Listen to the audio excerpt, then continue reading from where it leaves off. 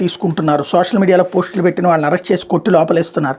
కేసుల దర్యాప్తులు మాత్రం పురోగతి లేదని హైకోర్టు సామాజిక మాధ్యమాలు అభ్యంతరకర పోస్టులు పెట్టి నిందితులు కొట్టి లోపలేయడం తప్ప ఆయా కేసుల దర్యాప్తులో పురోగతి లేదని పోలీసులను ఉద్దేశించి హైకోర్టు ఘాటుగా వ్యాఖ్యానించింది. కోర్టు ఉత్తర్వులను తేలిగ్గా తీసుకుంటున్నారని ఆక్షేపించింది. తన భర్త బోసరమణను ప్రకాశం జిల్లా పొదిలి పోలీసులు అక్రమంగా నిర్బంధించారంటూ విశాఖపట్నం మద్దిలపాలెం నివాసి బోసలక్ష్మి గత ఏడాది నవంబర్లో దాఖలు చేసిన హెబియస్ కార్పస్ పిటిషన్ విచారణ సందర్భంగా ధర్మాసనం వ్యాఖ్యలు చేసింది. పొదిలి పోలీసులు బోసరమణను అరెస్ట్ చేసి మ్యాజిస్ట్రేట్ ముందు హాజరుపరచకుండా నోటీసు ఇచ్చి వదిలేసిన వ్యవహారంపై నివేదికలు సమర్పించేందుకు ప్రకాశం ఎస్పీ విశాఖ పోలీస్ కమిషనర్కి మరికొంత గడువు ఇచ్చింది. విచారణ ఈ నెల 25కి వాయిదేసింది. పొదిలి సీఐ వెంకటేశ్వర్లు, ఇచ్చాపురం సీఐ చెన్నంనాయుడులకు తదుపరి విచారణకు హాజరు నుంచి మినహాయింపు ఇచ్చింది. హైకోర్టు న్యాయమూర్తులు జస్టిస్ ఆర్ రఘునందనరావు, జస్టిస్ కుంచెం మహేశ్వరులతో కూడిన ధర్మాసనం మంగళవారం మేరకు ఉత్తర్వులు ఇచ్చింది. వ్యాజ్యంలో పొదిలి సీఐ కౌంటర్ అఫిడవిట్ దాఖలు చేశారు. విశాఖ వేడి నోటీసు ఇస్తుంటే రమణ తిరస్కరించారని, ఈ నేపథ్యంలో విశాఖ పోలీసులకు సమాచారం ఇచ్చి అరెస్ట్ చేసి పొదిలి తీసుకొచ్చామన్నారు.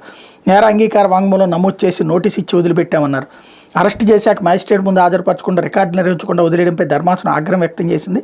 పొదిలి సీఐ తరపు న్యాయవాది రిత్విక్ వాదనలు వినిపిస్తూ నిందితుడిపై 27 పెండింగ్ కేసులు ఉన్నాయన్నారు. ధర్మాసనం స్పందిస్తూ అరెస్ట్ చేసి కస్టడీకి పంపాక దర్యాప్తులో పురోగతి ఏదని ధర్మాసనం ప్రశ్నించింది. కేసులు పెట్టి కొట్టి లోపలేస్తున్నారని వ్యాఖ్యానించింది. రమణం తమ ముందు హాజరుపరచాలని గతంలో ఇచ్చిన ఆదేశాలు అధికారులు తేలిగ్గా తీసుకున్నారని గుర్తు చేసింది అన్నట్టు వార్తని హైలైట్ చేశారు.